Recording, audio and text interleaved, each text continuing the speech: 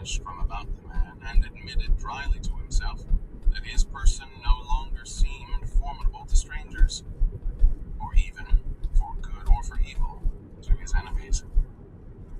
He said, "My house is poor and my resources few. You may share what I have if your stomach can endure black bread and dried corn." Mallow shook his head. "No, I have eaten, and I can't stay. All I need are the directions to the center of government." "That is easily enough done, and poor though I am, deprives me of nothing." "Do you mean the capital of the planet or of the Imperial sector?" The younger man's eyes narrowed. "Are the two identical? Isn't this Siwenna?" The old patrician nodded slowly.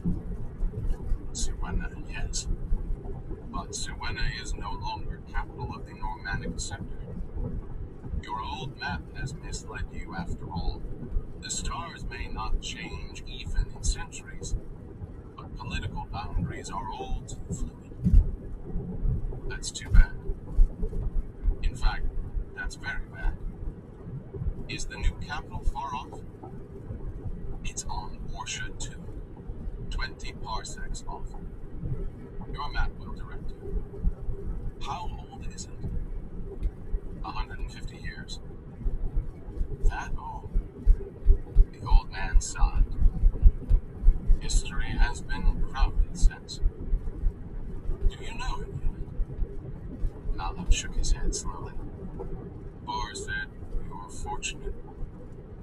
It has been an evil time for the provinces, but for the reign of Stanel VI, and he died 50 years ago. Since that time, rebellion and ruin. Ruin and rebellion." Barr wondered if he were growing careless. It was a lonely life out here, and he had so little chance to talk to men. Mallow said with sudden sharpness, "Ruin, huh? You sound as if the province were impoverished." "Perhaps not on an absolute scale. The physical resources of 25 first-ranked planets take a long time to use up. Compared to the wealth of the last century, though, we have gone a long way downhill. And there is no sign of turning. Not yet." "Why are you so interested in all this, young man? You are all alive, and your eyes shine." The trader came near enough to blushing, as the faded eyes seemed to look too deep into his and smile at what they saw. He said, "Now look here. I'm a trader out there, out toward the rim of the galaxy.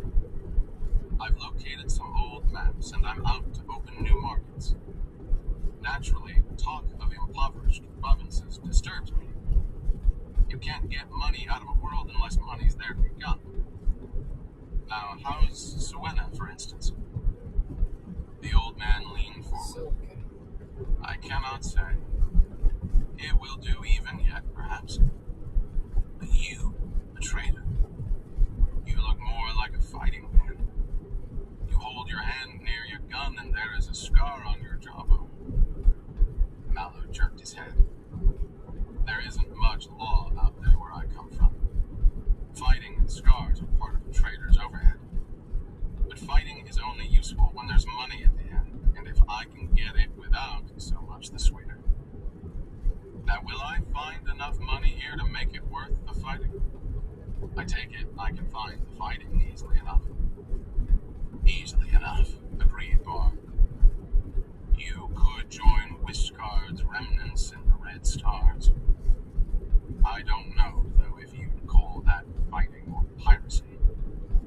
Or you could join our present gracious viceroy, gracious by right of murder, pillage, rapine, and the word of a boy emperor, since rightfully assassinated."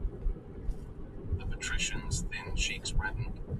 His eyes closed and then opened, bird bright.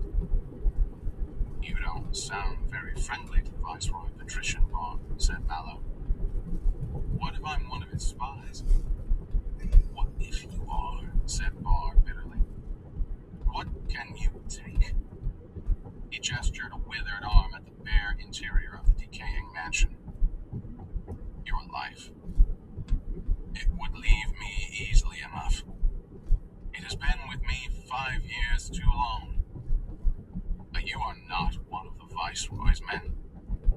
If you were, perhaps even now instinctive self-preservation would keep my mouth closed. How do you know?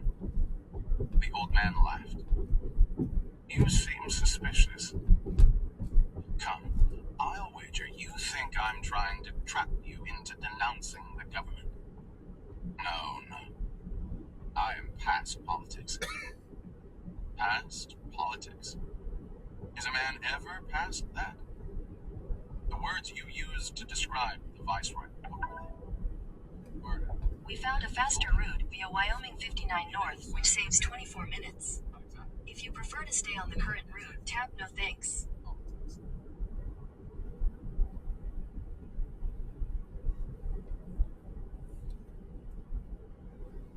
I already picked my route. Don't change it. It's route, not route, you fucking Canadian. The old man shrugged. Memories sting when they come suddenly. Listen. Judge for yourself. When Siwena was the provincial capital, I was a patrician and a member of the provincial senate. My family was an old and honored one. One of my great-grandfathers had been... No, never mind that. Past glories are poor feeding. I take it, said Mallow. There was a civil war or a revolution. Barr's face darkened. Civil wars are chronic in these degenerate days, but Siwena had kept apart. Under Stanel VI, it had almost achieved its ancient prosperity. But weak emperors followed, and weak emperors mean strong viceroys, and our last viceroy, the same Wishguard whose remnants still prey on the commerce among the Red Stars, aimed at the Imperial Purple. He wasn't the first to aim, and if he had succeeded, he wouldn't have been the first to succeed. But he failed. For when the Emperor's admiral approached the province at the head of a fleet, Siwena itself rebelled against its rebel viceroy. He stopped, sadly. Mallow found himself tense on the edge of his seat and relaxed slowly. Please continue, sir. Thank you, said Barr wearily. It's kind of you to humor an old man. They rebelled.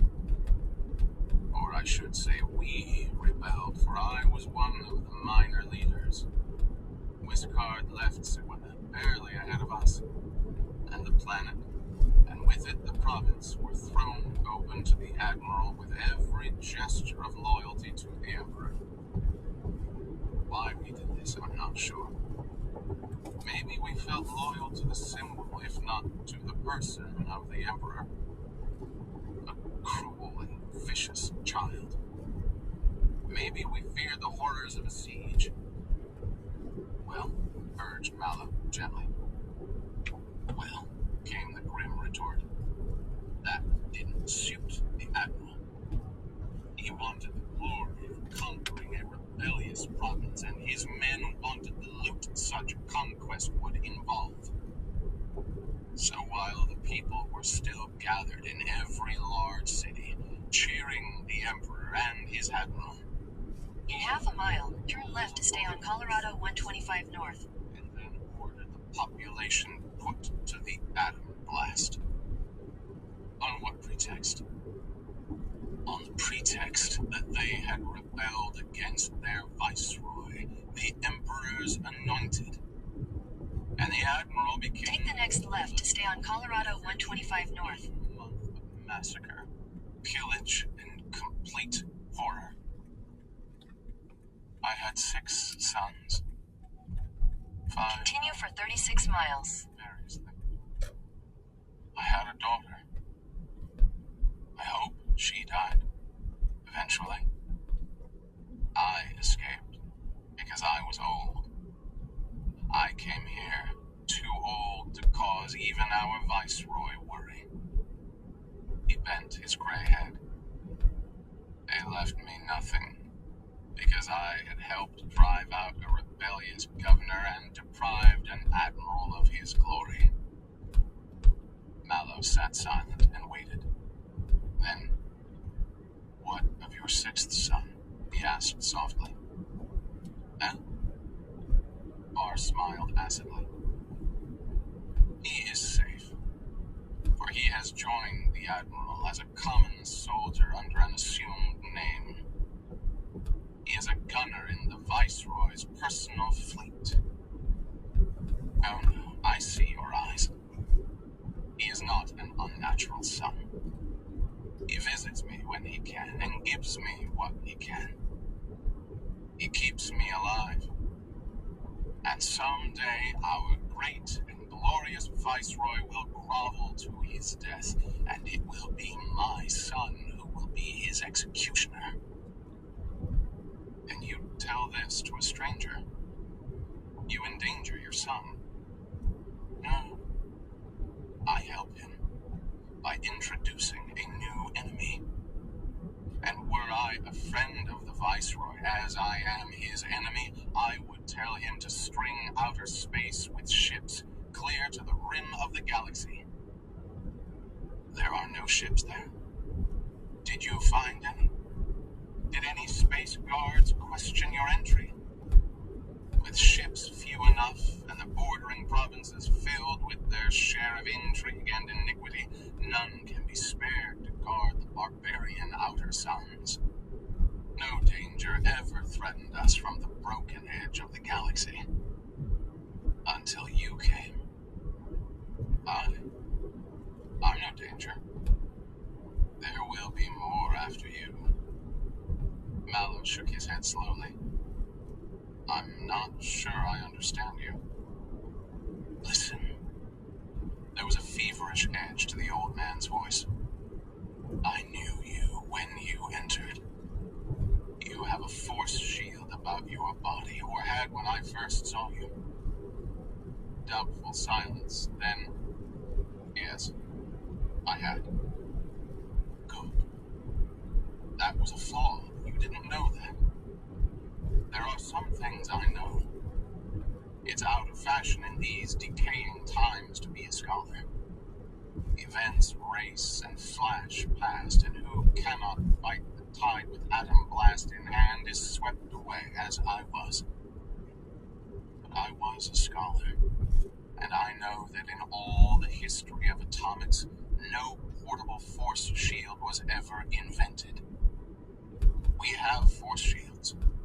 Huge lumbering powerhouses that will protect a city or even a ship, but not one single man."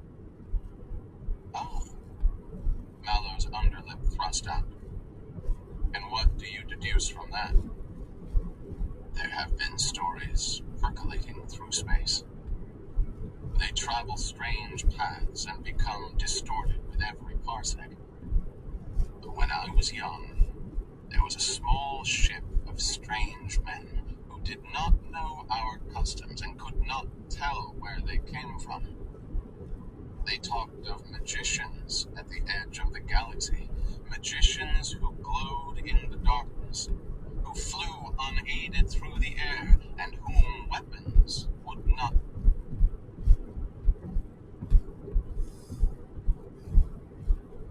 Well, headache is like 3 out of 10, which is acceptable. Climbing up, must be getting out there near 9,000 feet, I'd say. Up, up, up, up. Working on my gallon of water. Tastes like crap already. It's gonna have thunderstorms up here in Wyoming. That could be one there. Kind of looks like precipitation. It says it'll really start in the afternoon, and then I'll have to make a call. Am I going to drive on some dirt in the rain or not? Because I kind of prefer not.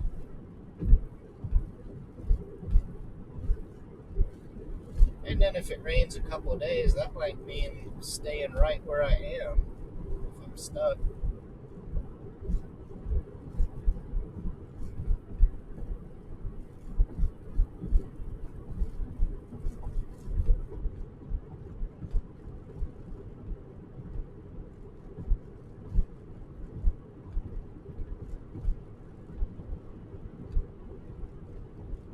happens.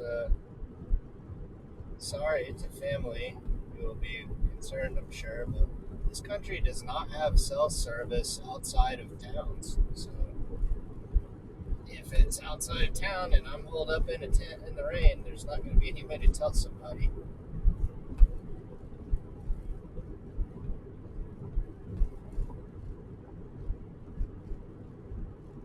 What a place, though. This is more or less, minus the headache, been the trip I was looking for. And then there's the big question mark over the car sound when it cranked twice this morning. So, best case, I guess that's a function of being cold. And worst case, I'm going to be in a mechanic shop because even if I did know what to do, I don't have tools. I have no idea what could be wrong. Well, okay. The air filter is definitely filthy. Driving off-road all the time. Just got the oil changed, so the oil is very clear, but I'm confident that there's oil in the car.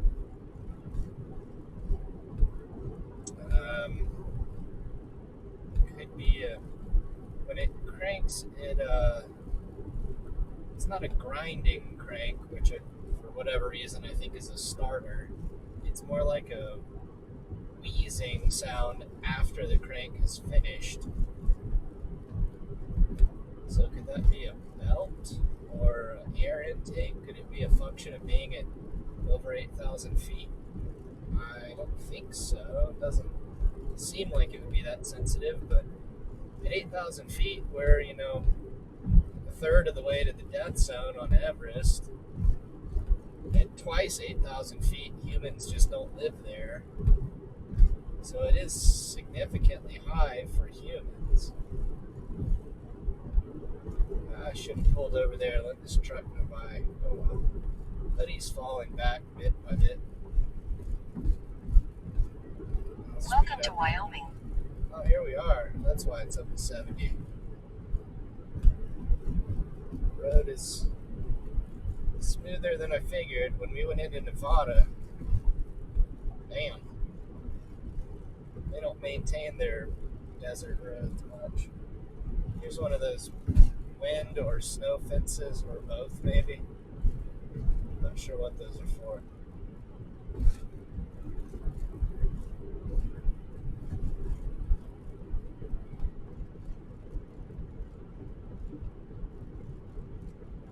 Thinking of doing this later on in life with a little tiny sailboat towed behind a truck, and I can go to sea, work 6 months of the year, and then in the warm weather tow my little sailboat around the country and explore lakes. That seems like a fun thing.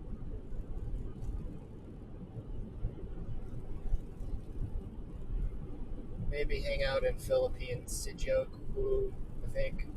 A little witchcraft island, that looks cool.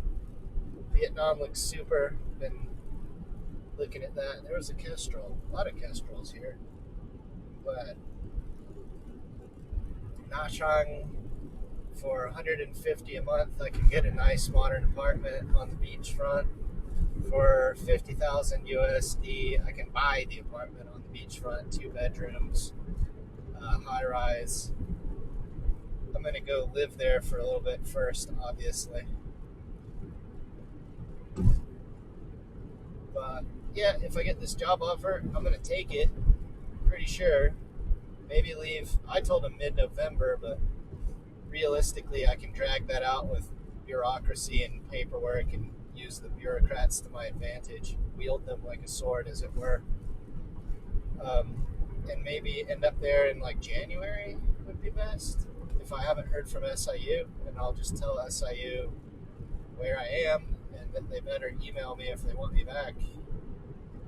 And then I can more than break even in Vietnam. It looks like cost of living is maybe $500 a month, and I can make $1,600 to $2,000 a month. The key is to be living at the beach and profitable. Work schedule is 4 days a week, Saturday, Sunday all day, and then 2 week evenings, and then got 3 full days to do whatever I want, 2 almost full days to do whatever I want. Yeah, that sounds like paradise.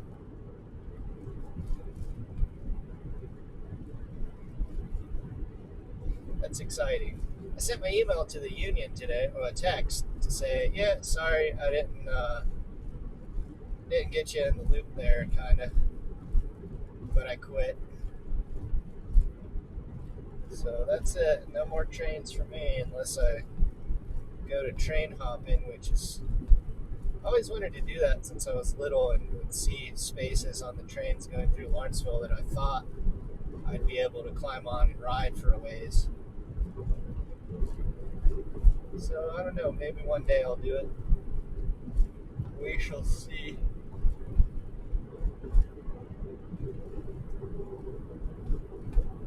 Not really high up on the priority list. Motorcycle trip's better. Sailboat trip from the Mexican border to the Canadian border of the eastern seaboard is best. But if I spend all day every day working at sea, work, maybe I don't want to be at sea anymore. Maybe I want to be here. I'll rent a little place in Walden because I liked it. But there's no grocery store here, so I genuinely don't know how they get groceries. I should have asked. Maybe it's one of those tourist places where nobody actually lives in. They just commute to it.